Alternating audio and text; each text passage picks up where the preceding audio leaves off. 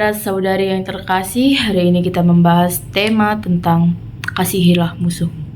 Nah, mengasihi musuh mungkin ialah pekerjaan yang sangat sulit kita lakukan. Bahkan orang baik saja mustahil atau mungkin tidak bisa mengasihi musuhnya sendiri. Belum tentu bisa mengasihi musuhnya sendiri.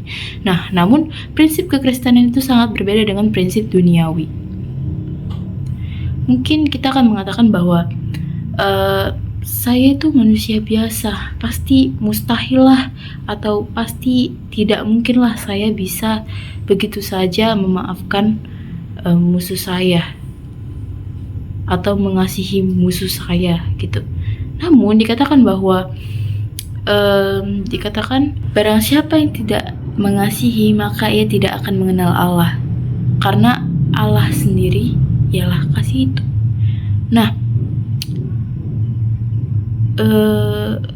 dengan demikian Allah tidak mungkin memberikan perintah yang tidak dapat kita lakukan atau yang mustahil kita lakukan.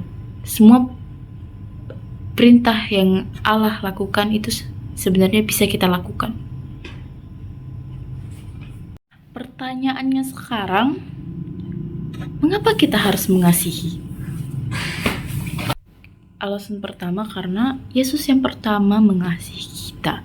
Nah, jikalau Yesus tidak turun ke dunia menjadi manusia dan menghapus dosa-dosa kita sebagai manusia dengan mengucurkan darahnya, maka kita tidak akan berdiri di hadapan Tuhan dengan bercacat celah.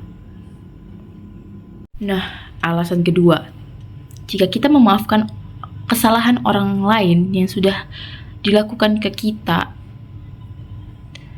kita memaafkan mereka. Dan jika kita melakukan hal tersebut, Tuhan juga akan memaafkan kita.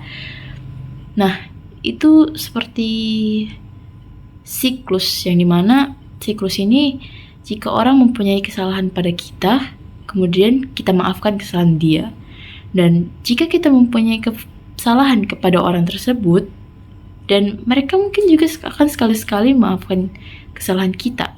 Nah, siklus ini akan terus mungkin terjadi dan akan tetap menjaga hubungan atau status positif yang harmonis antara sesama manusia.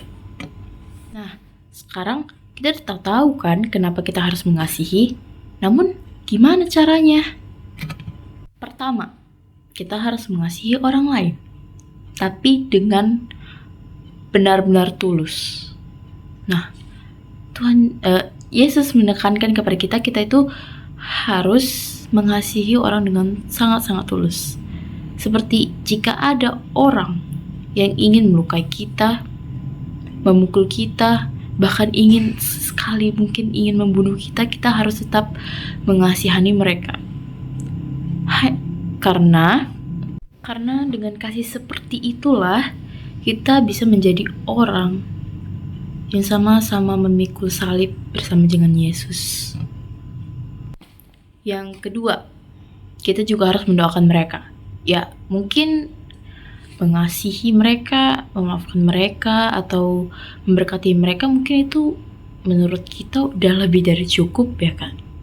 Namun, sebenarnya itu masih kurang. Karena kita juga harus mendoakan mereka. Dan kita harus saling memaafkan dan saling mendoakan agar kita itu dapat berkenan di hadapan Tuhan. Jadi inti dari khotbah ini adalah kasihanilah musuhmu, apapun yang dilakukannya, hal-hal jahat yang dilakukannya atau hal-hal yang sangat-sangat buruk pada kamu, maafkanlah dia dan kasihanilah dia. Sebab jika kamu memaafkan dan mengasihani dia, maka Tuhan juga akan mengasihani kamu dan memaafkan kamu. Sekian.